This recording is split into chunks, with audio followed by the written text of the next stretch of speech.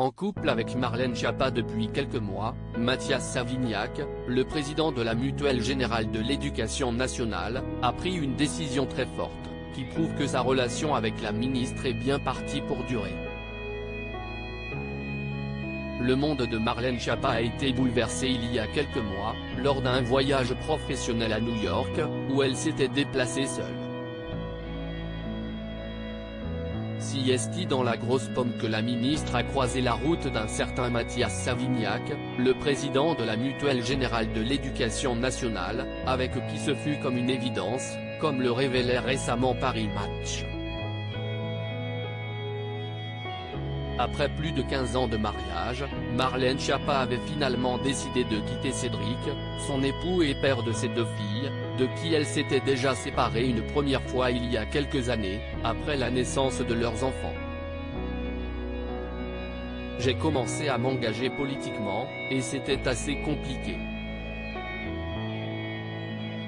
Mon mari travaillait en Essonne, on habitait dans une autre région, donc il prenait le train tous les jours pour aller travailler.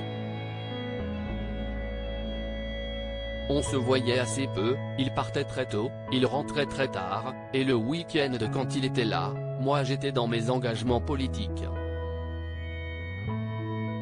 Et par-dessus, on avait les enfants, avait-elle confié dans le podcast The Parent Show, pour Apple, en 2021. Très amoureuse de son nouveau compagnon, la secrétaire d'État chargée de l'économie sociale et solidaire et de la vie associative avait choisi la transparence, en prévenant Elisabeth Borne et Emmanuel Macron de sa relation. Mathias Savignac fait un choix du cœur pour Marlène Schiappa. La première ministre avait dans la foulée récupéré une partie des dossiers de Marlène Schiappa pour éviter tout conflit d'intérêts à cause du poste de son nouvel amour. Ce lundi 6 mars, le média News Assurance Pro a révélé que Mathias Savignac avait décidé de quitter ses fonctions d'administrateur de la Mutualité française. Un choix qui survient après la révélation de sa relation avec Marlène Schiappa. En prenant cette décision cruciale, le président de l'AMGON et vice-président délégué du groupe FIV permet à la ministre de continuer à s'occuper des dossiers mutualistes, comme le précise le média.